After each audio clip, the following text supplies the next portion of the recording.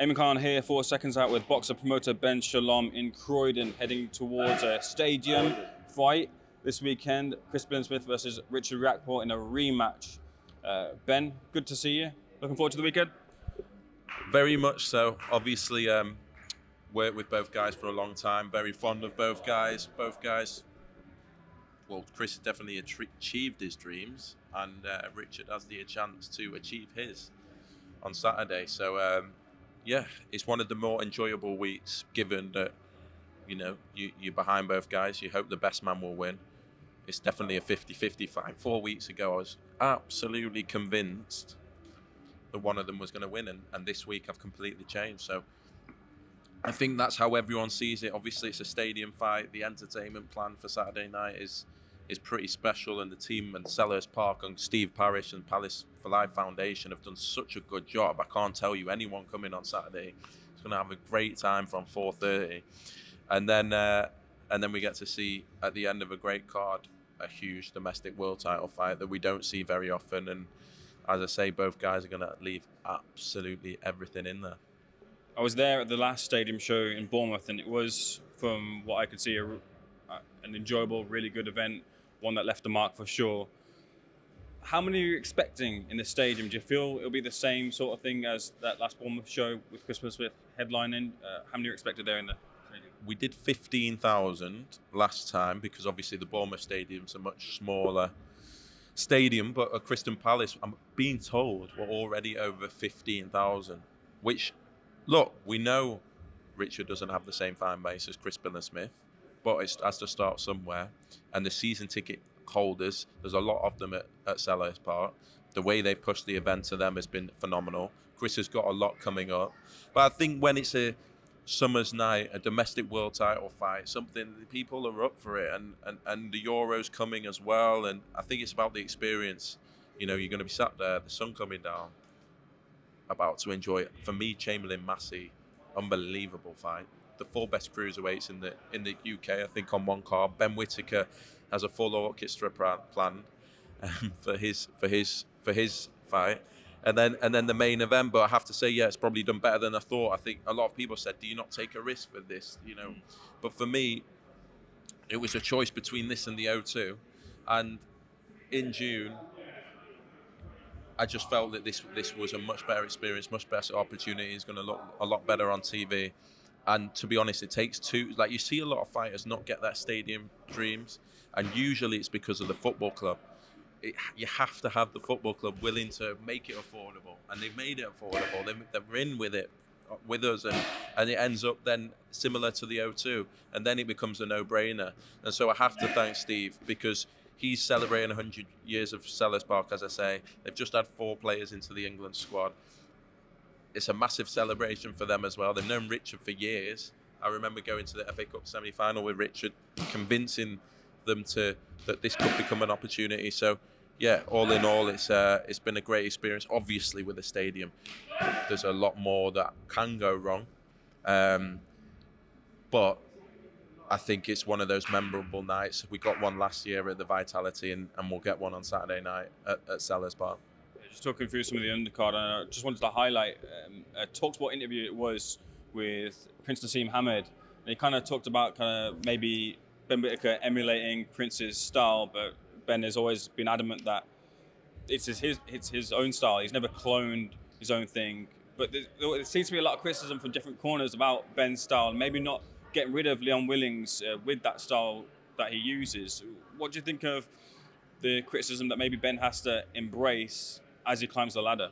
He's got to embrace it, because he demands so much attention. I mean, what other fighter after this many fights has this much attention on them, this many followers, this many people talking about them? And I said it to all my fighters, really, and because I've had to experience it in a way, is that the boxing world is a brutal place, and they're going to criticize you whatever happens. Look how they tear down AJ at times and built him back up, and Tyson Fury at times and built him back. It's up and down, and you've got to take that. You can't take the positive stuff just as much as you can't take the negative stuff too seriously. And I think he does that really well. He's very level-headed. He's a true athlete, and he's one of those guys that when you're around him, And when you see what he do, he's a master at work, and he's an extremely talented fighter. We're blessed to have him in this country. I think he's going to be carrying the flag for many years. And I'm just delighted that we get to watch him grow. But this past 6 months, his life has changed. But we expected it to. But he carries it with him. The criticism's going to come. If they're not criticising, they're not talking. And he'll continue to make noise. And what he's got planned on Saturday is going to be very, very special as well. This will be the last fight, and then we're into headlining, and he's going to headline in September in his hometown, which I'm really looking forward to. And then I think you're really going to see the explosion of a monumental superstar. Bear in mind, we're at where we are, and he's been fighting third or fourth on a card. What happens when he headlines on Sky Sports and we start seeing him in the real fights? It's going to be crazy, but he's built for it, and he's ready for it, and the criticism won't stop, but the attention won't stop either. Open the door to the wider boxing sphere. I want to get your thoughts on that. I asked you about the free agency race with Anthony Yard. Is there an entrance in the free agency race for Chris Eubank Jr., who's split with Wasserman Boxing? Callis Howland has come out and said it was amicable there, but he can't say too much about it. But he's been on Sky Sports shows in the past, prominent on those shows. Is there an interest from boxing yourself to sign him? Absolutely. He has been. But he has a lot of options. And for me, outside of Anthony Joshua and Tyson Fury, he's the biggest. I mean, correct me if I'm wrong. Is he not the biggest star in British boxing outside of those two? So everyone will be after him. He demands huge attention. He'll make his choice carefully. But as you said, we've had him on the past 4 shows, and it would be great. But ultimately, he's at the stage of his career where he just wants the biggest fights and the most money, and whoever can deliver him that, or whoever he thinks can deliver him that, will ultimately be where he goes. Maybe he'll stay a free agent, but we'll see. And I just want to see him fighting. For me, he's got to fight for a world title. He's got to go and win a world title. He's achieved a lot in his career. And that's the one thing that maybe he doesn't care, but maybe in 20, 30 years, he'll look back and say, that's one thing I didn't do. And I'd like to see him as a boxing fan go and do that. But there's many big fights ahead of him. How far, if at all, are those talks, would you say? How far are those talks? I think he's talking to everyone, but I think we'll know very, very soon. Like, take a sip of your coffee as I ask you the next question. Taylor versus Catterall 2, that rematch has now since happened. You had the opportunity to make that rematch. Obviously, it didn't go that way, but Matchroom have since made that. I just wonder what you thought about that event, and if you either have any regrets or not any regrets about not holding that rematch. I was glad to see Jack win, given I thought he won the first time. It was a shame he's not a world champion. I think it just took far too long. Not Jack's fault, and not Josh's fault either. It was good to see them get it on eventually. Do I have regrets?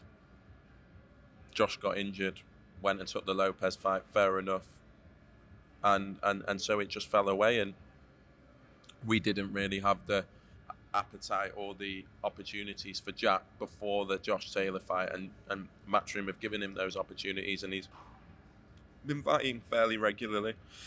But yeah, I was glad to see him get a win. It's a shame that it wasn't for a world title, but it was a good night for British boxing. There's been plenty so far. I mean, this is our 3rd world title in a row, and there's been still huge domestic nights here. Wardley Clark was huge as well.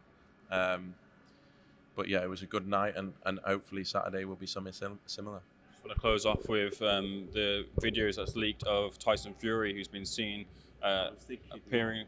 What have we done this time? I was thinking, Jesus. No, nothing with you, Ben. The videos that have surfaced of Tyson Fury appearing to be intoxicated off of, I think, coming out of a pub in Morecambe. Heading into an Usyk rematch, and for some, I spoke to Johnny Nelson earlier, he feels like the rematch won't happen, and seeing those images like that, I guess maybe adds further concern to it. But when you see that as a promoter who I imagine will want to see the rematch in some form, do you worry for Tyson's health seeing those videos? It's hard to say. You wouldn't if obviously he had the history after the Klitschko fight, but otherwise I wouldn't. It looked like a good night, but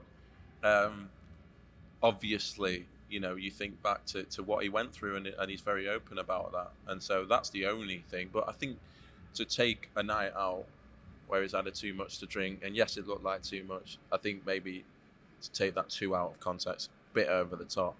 Feel for people like that. Tyson Fury cannot walk out of his living room.